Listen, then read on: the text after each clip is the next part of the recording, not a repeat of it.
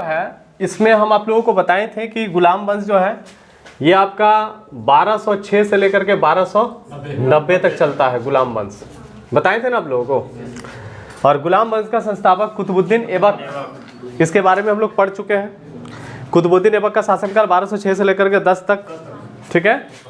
ये तो हो गया, 1210 में उसकी मृत्यु हो गई थी। मतलब कुतुबुद्दीन ऐबक के बाद वाला पढ़ना है ना हम लोगों को। कुतुबुद्दीन ऐबक तो पढ़ा दिए थे ना, वो हो गया था। ध्यान से सुनिएगा। देखिए गुलाम वंश का जो संस्थापक है वो कौन है, तो याद रखिएगा कुतुबुद्दीन ऐबक, ठीक है। और कुतुबुद्दीन ऐबक का शासनकाल 1210 से लेकर 1206 से लेकर के 10 तक है, ठीक है। तो कुतुबुद्दीन ऐबक के बारे में हम लोग पढ़ लिए हैं। इसके बाद वाला हम लोग पढ़ेंगे, ध्यान से सुनिएगा, ठीक है। जिसका छूट गया घबराने का दरकार नहीं है, मिल जाएगा, ठीक है। पहला ही टॉपिक है ये, मतलब ये शुरुआत ही है, ये मिडाइवल का शुरुआत है। एक ही क्लास हुआ है कुतुबुद्दीन ऐबक का, ठीक है। देखो कुतुबुद्दीन ऐबक के बाद जो है ना, जब इसकी मृत्यु होती है 1210 में, कुतुबुद्दीन ऐबक की जब मृत्यु होती है, इसके बारे में हम आप लोगों को बताए थे कि एक खेल बताए थे चौगान, जिसको पोलो बोला जाता है, जिसको घोड़े पे बैठ के खेला जाता है। तो घोड़े में बैठ के खेलते समय याद रखिएगा, मतलब चौगान खेलते समय कुतुबुद्दीन ऐबक गिर गया था और उसी में गिर के उसकी मृत्यु हो जाती है। किसकी? कुतुबुद्दीन ऐबक की, ठीक है। तो जब उसकी मृत्यु हुई तो अपना कोई उत्तराधिकारी चुन नहीं पाया। जनरली क्या होता है कि जैसे मान लीजिए कोई शासक अंतिम समय में मरने की जब अवस्था रहेगा, उस समय यदि जीवित हो तो अपना उत्तराधिकारी चुन लेता है। उत्तराधिकारी उसको बोलते हैं जो उसके बाद बैठने वाला, मतलब मेरे बाद शासक कौन होगा ये हम चुन सकेंगे। अब यदि अचानक कोई मर गया तो उसको चुन नहीं पाया होगा। तो याद रखिएगा कुतुबुद्दीन ऐबक जो हम आपको बता रहे हैं ना, इसकी मृत्यु अचानक हो गई थी घोड़े से गिरने के कारण। तो ये अपना कोई उत्तराधिकारी चुन नहीं पाया, ये डिसाइड नहीं कर पाया कि मेरे बाद कौन गद्दी पर बैठेगा, ठीक है। अब ये कुतुबुद्दीन ऐबक जो है ये गुलाम है, आप लोगों को पता है। तो बहुत आदमी इसको पसंद करता था, बहुत आदमी इसको पसंद नहीं करता था। बात समझ में आ रहा क्या बोल रहे हैं। तो जो इसका दुश्मन था कुतुबुद्दीन ऐबक का, उन लोगों ने याद रखिए कि इसका एक विवादित पुत्र था। विवादित पुत्र मतलब वो आकर के जबरदस्ती बोलता था कि हम आपका बेटा है, लेकिन था नहीं था, ये कबूल नहीं करता था कुतुबुद्दीन ऐबक, पता चल रहा। तो विवादित पुत्र जिसका नाम था याद रखिएगा आराम शाह। क्या नाम था उसका? आराम शाह। तो ये जो आराम शाह बता रहे हैं ना, ये 1210 में गद्दी पर बैठ जाता है। कौन बैठ जाता है? आराम शाह। बात समझ में आ रहा। तो सवाल आप लोगों को पूछा जाएगा कि कुतुबुद्दीन ऐबक की मृत्यु के जस्ट बाद राजा कौन बना था? तो आराम शाह। कब बना था? 1210 में बना था। कब बना था? 1210 में बना था। तो कुतुबुद्दीन ऐबक का जो विरोधी था, उन लोगों ने आराम शाह को 1210 में राजा बना दिया, ठीक है। जो विरोधी था उन लोगों ने बनाया। अब इसका विरोधी के साथ साथ इसका समर्थक भी तो होगा। तो याद रखिएगा कुतुबुद्दीन ऐबक जो बता रहे ना, ध्यान देना क्या बोल, इसका एक दामाद था जो कि आपका बदायूं का शासक हुआ करता था, इल्तुतमिश। नाम सुने आप लोग? इल्तुतमिश। तो याद रखिएगा क्या हुआ, इसके समर्थकों ने इल्तुतमिश को बुलाया। किसको बुलाया? इल्तुतमिश को। तो इल्तुतमिश जो बता रहे हैं ना, इल्तुतमिश जो हम आपको बता रहे हैं, ध्यान दीजिएगा क्या बोल रहे हैं। ये पहले कहाँ था? तो याद रखिएगा बदायूं में था। बदायूं यूपी में है, ठीक है। तो यहाँ का शासक हुआ करता था। तो इल्तुतमिश आया और आने के बाद याद रखिएगा आराम शाह के साथ इसका युद्ध होगा। आराम शाह गद्दी पर बैठा हुआ था। तो इल्तुतमिश आया और आराम शाह की हत्या कर दिया। और आराम शाह के बाद गद्दी पर कौन बैठ गया? तो याद रखिएगा इल्तुतमिश गद्दी पर बैठ जाता है, ठीक है। और ये जो आराम शाह है ये 1210 में आया था, तो 8 महीना तक ही था। कितना महीना तक था? तो इसका शासनकाल 1210 में आया, 10 में ही चला गया, खत्म हो गया ये आराम से। तो इल्तुतमिश का शासनकाल 1210 से लेकर के 1236 तक है। और ये हम लोगों का चैप्टर है, इसको हम लोग पढ़ेंगे। समझ में आ रहा क्या बोल रहे हैं। तो ये पता चला कि इल्तुतमिश आया किधर से, समझ में आ रहा है ना। तो जब हम आप लोगों को कुतुबुद्दीन ऐबक के बारे में बताए थे, तो उस समय हम आप लोगों को एक चीज बताए होंगे कि कुतुबुद्दीन ऐबक जो है ना, इसने बहुत सारे क्षेत्र को, कहने का मतलब है कि उतना जीतने का प्रयास नहीं किया था, लेकिन बदायूं एक क्षेत्र है जिसको जीता था। और वहां का शासक किसको बनाया था? इल्तुतमिश को बनाया था। किसको बनाया था? इल्तुतमिश को बनाया था। तो सवाल आपको पूछा जाएगा कि कुतुबुद्दीन ऐबक जो है इसका शासनकाल कितना है? तो 1206 से 1210 तक है। कितना है? 1206 से 1210 तक है। गुलाम वंश का संस्थापक कौन? कुतुबुद्दीन ऐबक। ऐबक के बारे में हम लोग पढ़ लिए हैं, है ना। जिसका छूट गया है शायद वीडियो में होगा, देख लीजिएगा, है ना। तो कुतुबुद्दीन ऐबक के बाद कौन बैठा गद्दी पर? आराम शाह। ये विवादित पुत्र था, 1210 में आता है, 10 में ही चला जाता है। उसके बाद कौन आया? तो इल्तुतमिश। शासनकाल कितना? 1210 से लेकर के 36 तक। इसके बारे में पढ़ रहे हैं हम लोग, थोड़ा सा ध्यान से सुनिएगा। किसके बारे में? इल्तुतमिश के बारे में। किसके बारे में पढ़ेंगे? इल्तुतमिश। ध्यान सुनिएगा। ये जो इल्तुतमिश हम आपको बता रहे हैं ना, याद रखिएगा ये भी आपका मोहम्मद गोरी का गुलाम था। किसका गुलाम? ये भी गुलाम ही है, लेकिन किसका गुलाम है? मोहम्मद गौरी का। मतलब आप लोग ये नहीं सोच लीजिएगा कि इल्तुतमिश कुतुबुद्दीन ऐबक का गुलाम है।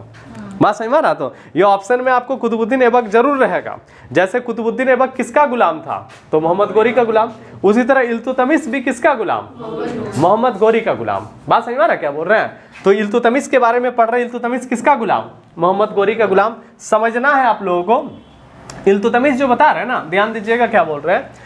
इसने शुरुआती दौर में एक जाति था, उस जाति का नाम था, याद रखिएगा, खोखर था। क्या था जाति का नाम? खोखर। तो ये जो खोखर नाम का जो जाति बता रहे हैं ना, इसने मोहम्मद गौरी को बड़ा परेशान किया था। आप लोगों को पता होगा, जब हमने आपको मोहम्मद गौरी के बारे में बताया तो खोखर जाति के खिलाफ अभियान करके वापस लौट रहा था, उसी समय उसकी मृत्यु हो गई थी। तो खोखर जाति जो हम आप लोगों को बता रहे हैं, इसने गौरी को बड़ा परेशान किया था।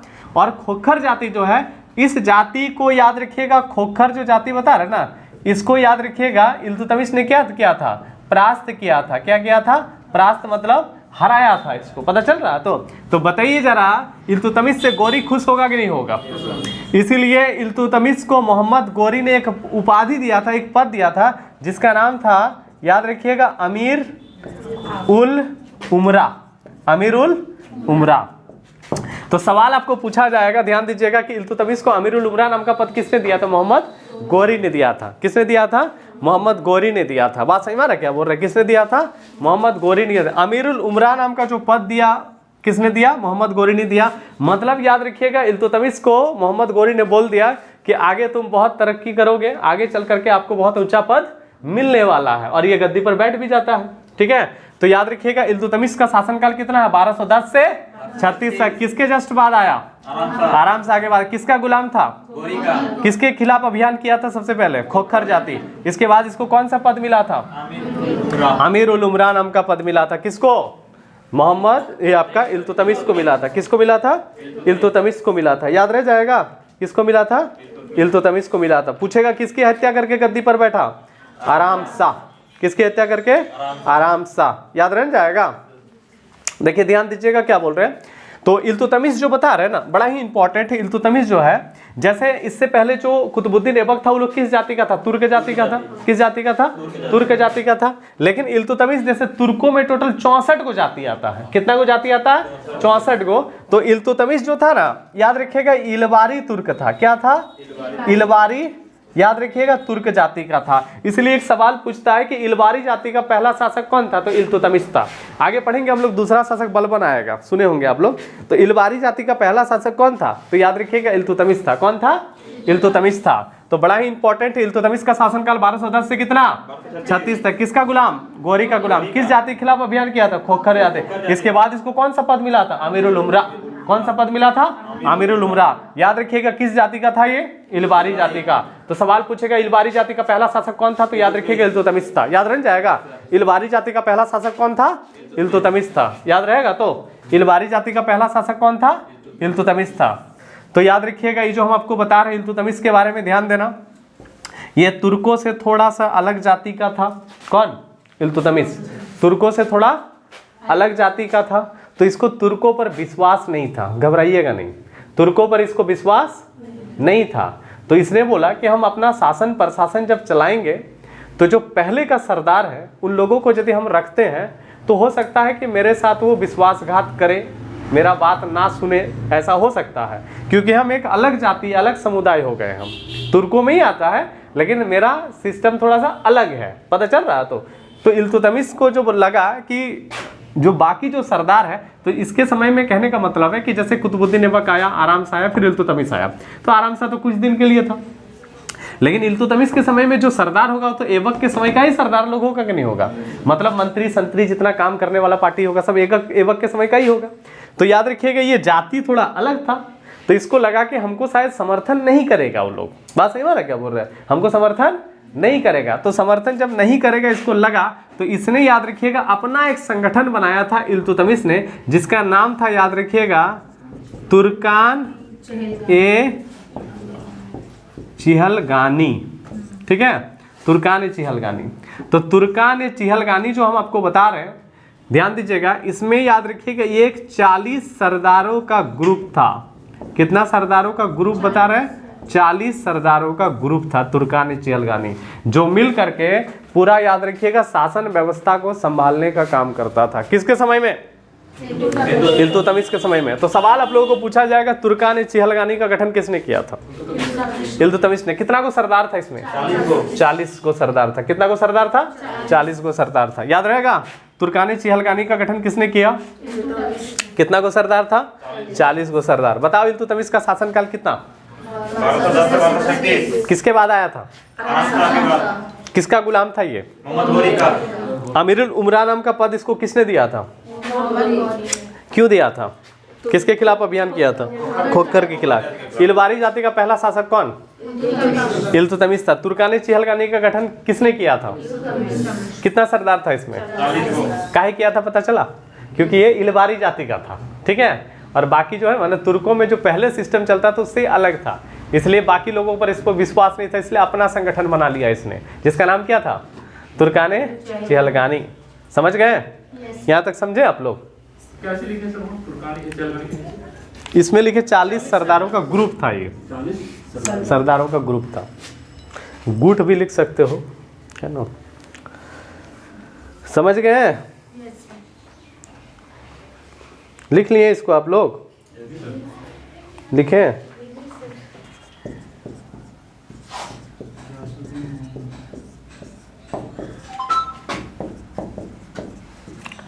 देखो इल्तुतमिश जो बता रहे हैं ना, इसका दो को एकदम प्रबल विरोधी था। प्रबल मतलब बड़ा विरोधी, ठीक है। तो एक का नाम था, याद रखिएगा, एल्दोज, और दूसरा का नाम था कुबाचा, ठीक है। पूरा नाम है ताजुद्दीन एल्दोज और इसका है नसरुद्दीन कुबाचा। यही याद रखना है, पूरा नाम मत याद रखना, ठीक है। ताजुद्दीन एल्दोज और नसरुद्दीन कुबाचा, ध्यान सुनना। ये जो बता रहे हैं ना, ये दोनों इल्तुतमिश का बहुत बड़ा विरोधी था। विरोधी क्यों था? ध्यान सुनना।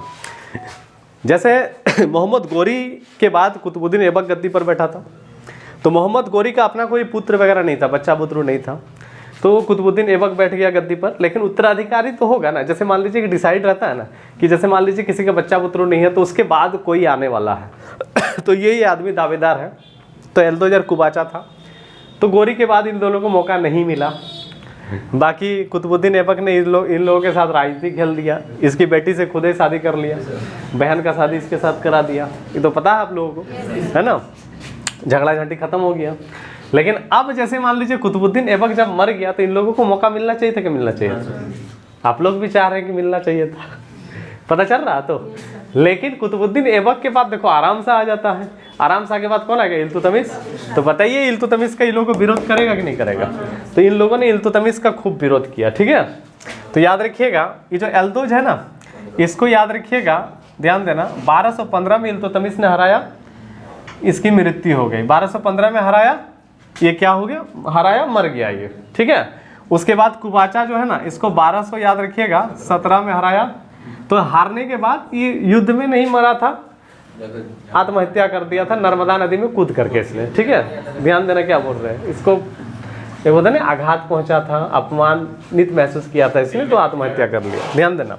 तो सवाल आप लोगों को पूछेगा कि इल्तुतमिश का दो प्रबल विरोधी कौन कौन था? तो एल्दोज और कुबाचा, और दोनों से मुक्ति कब मिला? तो 1215 और 17 में, ठीक है।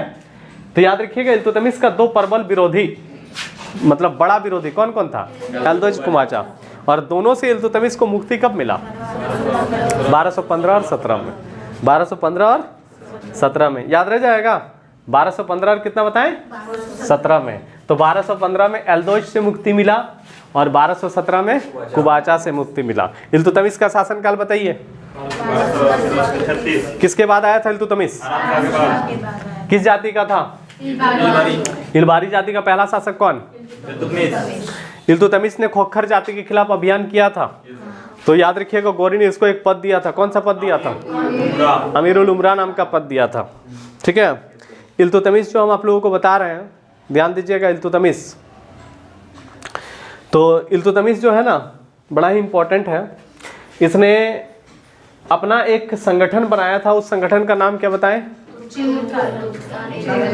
तुर्कानी चिहलगानी। तुर्कानी चिहलगानी में कितना मेंबर? 40 को मेंबर। कितना मेंबर? 40 को मेंबर, ठीक है। इल्तुतमिश का दो को प्रबल विरोधी कौन कौन? दोनों से मुक्ति कब मिला? 1517 में। 1215 17 में। याद रहेगा तो भूलिएगा नहीं ना। मिडाइवल में नाम थोड़ा लंबा लंबा आएगा, मुस्लिम नाम में ऐसे लंबा लंबा आएगा नाम, ठीक है। अब देखो ध्यान देना है क्या बोल रहे हैं, समझना है। यही इल्तुतमिश के समय में ही याद रखिएगा, एक मंगोल आक्रमणकारी था। मंगोल आक्रमणकारी जो था, ध्यान देना क्या बोल रहे हैं, तो उसका नाम था चंगेज खां। चंगेज खां का नाम सुने आप लोग? मंगोल आक्रमणकारी चंगेज खां, नाम सुना है रे? ध्यान से सुनना। तो ये जो चंगेज खां बता रहे हैं ना, बड़ा शक्तिशाली हुआ करता था, बहुत शक्तिशाली, इससे डरता था सब, चंगेज खां से। मंगोल का था, जहां आक्रमण करता था उसको जीत लेता था। ये बात समझ में आ रहा? तो ये चंगेज खां जो है, याद रखिएगा, ये 1220-21 के दौरान, ठीक है, भारत आया था। कहाँ आया ये? भारत आया 20-21 के बीच। मतलब सीधा सीधी याद रखिएगा कि इल्तुतमिश के समय में ये भारत आया था, चंगेज खां। तो मंगोल का था चंगेज खां, मंगोल आक्रमणकारी चंगेज खां किसके समय में भारत आया था? इल्तुतमिश के समय में भारत आया था। कौन भारत आया था? चंगेज खां। कौन सा आक्रमणकारी बता रहे हैं? मंगोल आक्रमणकारी, ठीक है। तो मंगोल आक्रमणकारी चंगेज खां 1220-21 में भारत आया था। अब ये भारत जो आया था ना, आक्रमण करने के लिए नहीं आया था, इसका कोई दुश्मन था, उसका पीछा कर रहा था ये, ठीक है। हाँ, तो याद रखिएगा, ये जो है ना, मकबरनी का पीछा करते हुए आया था। मकबरनी का पीछा करते हुए आया था ये, ठीक है। किसका पीछा करते हुए आया था? मकबरनी का, ठीक। मो है ये मकबरनी, है ना। अब देखो ध्यान देना क्या बोल रहे हैं। तो मकबरनी का पीछा करते करते ये आ गया था। कौन आ गया था? चंगेज खां। चंगेज खां। अब ये आया तो चंगेज खां ने इल्तुतमिश को बोला, सूचना पहुंचाना कि देखो मेरा कोई दुश्मन जा रहा है छिपने के लिए आपका एरिया में, आप उसका सहयोग ना करें, ठीक है। तो इल्तुतमिश ने चंगेज खां से डर करके उसका सहायता नहीं किया। उसके बाद मकबरनी जब यहाँ से वापस किया तो चंगेज खां भी वापस चला गया। देखो, दो टाइप का सवाल पूछेगा। एक पूछेगा कि चंगेज का भारत किसके समय में आया था, और आक्रमण जब पूछेगा तो फिर कोई और हो जाएगा। आक्रमण इसके बाद ढेर ही होगा। जैसे आपका इसका नाम सुने, जलालुद्दीन फिरोज खिलजी, खिलजी वंश में, उसके समय में पहली बार वो आक्रमण करेगा। बात समझे क्या बोले? ये सिर्फ आया है किसके समय में? किसके? इल्तुतमिश के समय में। समझ गए? किसके समय? इल्तुतमिश के समय। तो याद रखिएगा, इल्तुतमिश का दो प्रबल विरोधी नाम क्या क्या बताएं? दोनों से मुक्ति कब मिला? 1215 और 17 में। याद रखिएगा, मंगोल आक्रमणकारी चंगेज खां किसके समय में भारत आया? कब आया था? किसका पीछा करते हुए आया था? मकबरनी का पीछा करते हुए आया था। समझे? समझ गए? मिटा दें। देखिए, इल्तुतमिश के समय में ना, ध्यान देना क्या बोल रहे हैं, बंगाल का जो शासक था, बंगाल का, उसका नाम था इवाज, ठीक है। बंगाल का शासक था। सुनो, जैसे हम लोग ऐबक पढ़े, ऐबक, कुतुबुद्दीन ऐबक, तो ऐबक के समय में बंगाल का एक शासक था जिसका नाम था अली मर्दान, ठीक है। सुनना ठीक से क्या बोल रहे, ऐबक के समय में। तो ऐबक के समय बंगाल का शासक कौन है? इल्तुतमिश के समय में कौन है? इवाज। कोई तकलीफ है? पूरा नाम बताएंगे तो तकलीफ हो जाएगा। हिसामुद्दीन इवाज। ध्यान देना क्या बोल रहे हैं, इवाज नाम याद रखना, ठीक। तो ऐबक जो है, इसके समय में कौन है? अली मर्दान। और इल्तुतमिश के समय में कौन है? इवाज, बंगाल का शासक। ये जो अली मर्दान है ना, ऐबक को टैक्स दिया करता था बंगाल का, मतलब बंगाल से जो टैक्स उठाता था वो उसका हिस्सा ऐबक को देता था। मतलब कुल मिलाकर के आप बोल सकते हो कि ऐबक जब जिंदा था तो उसके समय में बंगाल उसके अधीन था, ठीक है। अब याद रखिएगा, इल्तुतमिश के समय में कौन है शासक? इवाज। ये टैक्स नहीं दे रहा है, ये टैक्स देना इसने बंद कर दिया है। ध्यान देना क्या बोल रहे हैं। तो बताइए, इल्तुतमिश इसके खिलाफ अभियान करेगा कि नहीं करेगा? इसके ऊपर आक्रमण करेगा। तो इल्तुतमिश ने इवाज के ऊपर 1225 में आक्रमण किया। कब आक्रमण किया? 1225 में, ठीक है। तो इवाज ने आक्रमण किया, उसके बाद इसने, याद रखिएगा, अधीनता स्वीकार कर दिया। बोला ठीक है, हम टैक्स वगैरह देंगे। बात समझ में आ रहा क्या बोल रहा है? टैक्स दे रहे हैं। देखिए, हम मान लीजिए कोई क्षेत्र पर आक्रमण कर रहे हैं, तो मेरा उद्देश्य क्या होगा? उस क्षेत्र से इनकम लेना, पता चल रहा? तो उस क्षेत्र में जितना टैक्स हो रहा है उसका कुछ हिस्सा हमको दे दीजिए, बस आप मेरा अंडर में रहिएगा, अधीन रहिएगा। पता चल रहा? तो याद रखिएगा, इल्तुतमिश ने आक्रमण किया 1225 में, जो इवाज था उसने अधीनता स्वीकार कर लिया। अब यहाँ पे इवाज ने अधीनता स्वीकार कर लिया, फिर उसने टैक्स देना बंद कर दिया, 2-4 बार किसी न किसी को भेजते रहा, है ना। लेकिन आपको याद रखना डायरेक्ट कि बंगाल को पूरी तरह से इल्तुतमिश ने कब जीता, तो याद रखिएगा 1230 में जीता था, है ना। कब जीता था? 1230 में जीता था, याद रह जाएगा। तो बंगाल को पूरी तरह से कब जीता? 1230 में जीता, याद रहेगा यहाँ तक, समझ गए आप लोग। तो इल्तुतमिश का शासनकाल 1230 कितना था? 1210 से लेकर के 1236 तक। किसके बाद आया था? आराम शाह के बाद आया था। इल्तुतमिश जो हम आप लोगों को बता रहे हैं, इसने खोखर जाति के खिलाफ अभियान किया था ना, इसको अमीरुल उमरा नामक पद मिला था, किसने दिया था? मोहम्मद गोरी ने दिया था। इल्तुतमिश जब गद्दी पर बैठा तो याद रखिएगा, इसने तुर्कों पर विश्वास नहीं करते हुए अपना एक संगठन बनाया था, तुर्कानी चिहलकानी। कितना सरदार था उसमें? 40 गो सरदार था। कितना सरदार था? 40। इसका 2 प्रबल विरोधी क्या नाम बताए? एल्दोज और कुबाचा। दोनों से मुक्ति कब मिला था? 1215 और 17 में, है ना। इल्तुतमिश के समय बंगाल का शासक कौन था? इवाज। कब अभियान किया? 1225 में। बंगाल को पूरी तरह से कब जीता? 1230 में, याद रहेगा ना। समझे यहाँ तक? समझ गए? तो चलिए इसको यहीं तक रहने दो, ठीक है।